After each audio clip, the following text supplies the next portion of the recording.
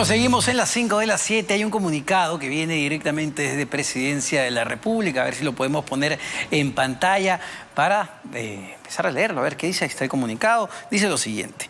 Con relación a versiones que circulan referidas al caso de la irregular vacunación de la ex ministra de Relaciones Exteriores, Elizabeth Astete, el despacho presidencial comunica lo siguiente. Es falso que el señor presidente de la República, Francisco Sagasti, haya autorizado o dado su consentimiento para la irregular vacunación de la exministra.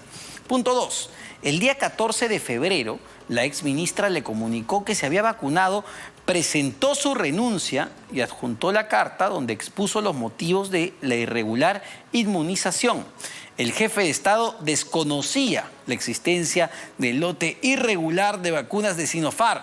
Rechazamos categóricamente cualquier intento de engañar a la opinión pública con información que no se ajusta a la verdad y que solo busca desacreditar la labor que el señor presidente de la República viene realizando. Es el comunicado que lanza justamente la Presidencia de la República. Pero vamos a hablar de esta votación que ya se dio en el Pleno del Congreso con 85 votos a favor. Se decidió aprobar por insistencia la ley que establece o que fija topes a las tasas de interés que cobran las entidades del sistema financiero. ¿Qué quiere decir que se haya aprobado por insistencia? Quiere decir que mañana sale publicado en El Peruano y ya es ley, es de cumplimiento obligatorio. Bueno, entiendo que tendrá que salir el reglamento además, pero ya no puede ser observado porque ya ha sido observado por el Ejecutivo. Vamos a conversar en este momento con el economista Enrique Castellanos, profesor de la Universidad del Pacífico. Profesor Castellanos, ¿cómo está? Muy buenas noches. Buenas noches, Omar. Bueno, gracias por la oportunidad. En principio, explíquenos un poco, a ver, ¿qué es lo que se ha terminado de aprobar en el Congreso? No sé si se han introducido modificaciones. ¿A quiénes afecta esto directamente? Bueno, como tú bien dices, es una ley que se aprobó originalmente a fines del año pasado y ahora está siendo aprobada por insistencia, ¿no? Entiendo que legalmente ahora le toca nomás al Banco Central de Reserva reglamentar, ¿no? ¿A quiénes va a afectar? Va a afectar probablemente al sector que recién estaba accediendo a los créditos bancarios, ¿no? Digamos el segmento C, ¿no? Que son los que pagaban las tasas más altas, ¿no? Digamos podría ser 100 a 200%, ¿no? A ver, porque si se pone un límite a las tasas de, no sé, 40, 50, 60, pues a los que estamos excluyendo y sacando del mercado son a ese sector, ¿no? A los préstamos pequeños, microempresarios. Porque uno podría pensar, digamos, intuitivamente, ¿no, profesor Castellanos, el microempresario, aquella persona que, no sé, tiene un crédito por ahí de consumo, que saca plata del cajero y que tiene una tasa de interés altísima, pues por poner cualquier ejemplo, 120, ¿no? 120%. Y ahora el Congreso le dice, no, mira, ¿sabes qué? La entidad no te puede cobrar 120. Te va a tener que cobrar máximo 60. Entonces yo digo, genial, ya no me va a cobrar 120, sino 60. Eso está muy bien. Uno podría pensar de manera intuitiva. ¿Es así o por qué no es así? Bueno, no es así porque al final la tasa de interés es como cualquier otro precio en la economía.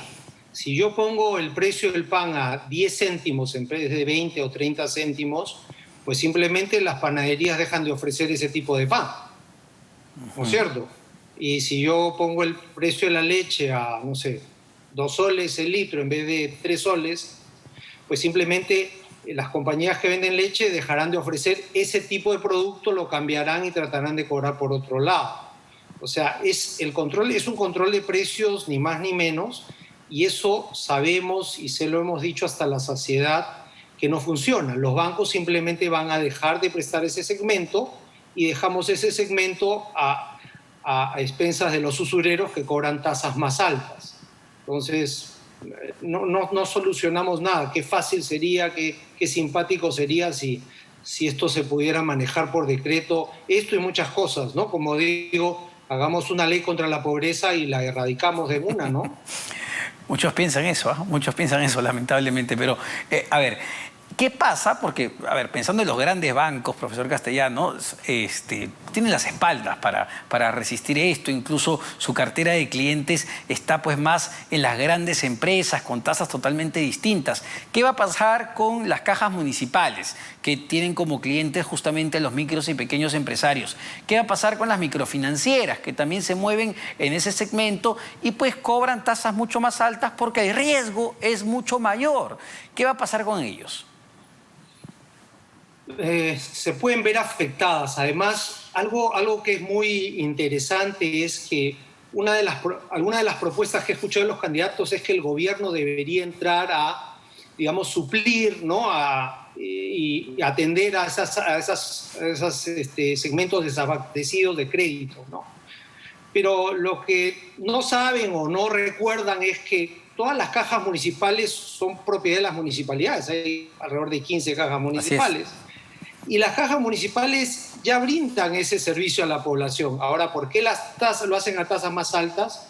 Porque son las condiciones del mercado. O sea, no es que no quieran ayudar, simplemente que saben que si no se manejan juiciosamente con las tasas más altas, simplemente no subsisten.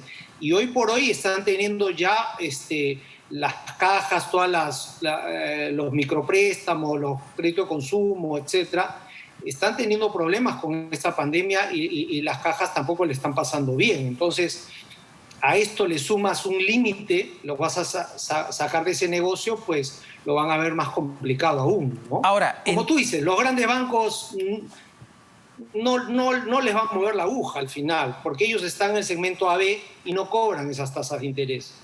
Exacto. Ahora, profesor Castellanos, entiendo que la ley no establece un monto de decir, mira, tienes que cobrar 60 para crédito de consumo, 5 para hipotecario. No, le dice al Banco Central de Reserva, oye, tú banco, que eres el experto, el técnico en estos menesteres, establece tú el tope que se debe cobrar.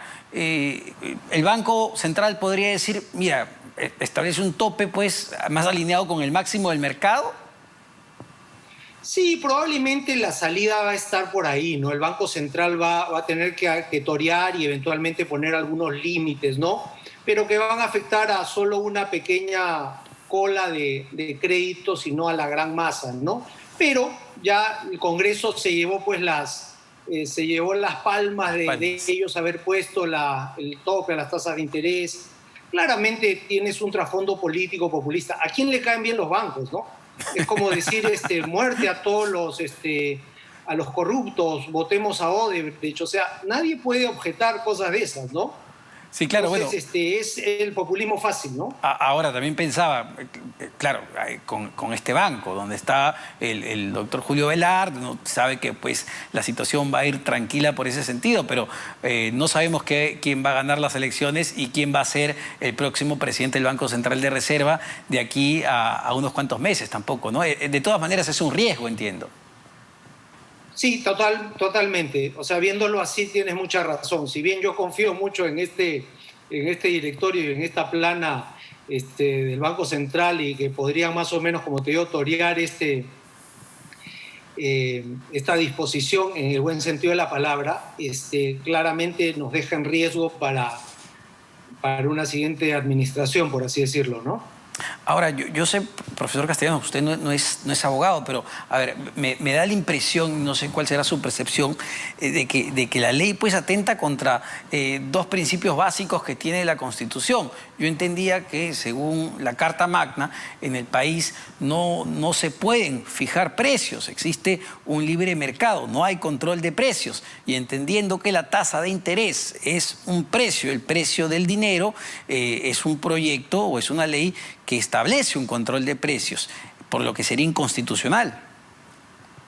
Entiendo que Asbank está tratando de hacer una estrategia en esa línea, ¿no? Para objetar y probablemente podrá poner un recurso de amparo, etcétera. Como tú dices, no soy abogado para ver cuál es la mejor estrategia legal para ver esto, pero más allá de eso, como yendo al tema económico, pues no tiene sentido y claramente tiene un trasfondo político el tema, ¿no? O sea, están ganándose los aplausos del público de manera barata, como digo, ¿no?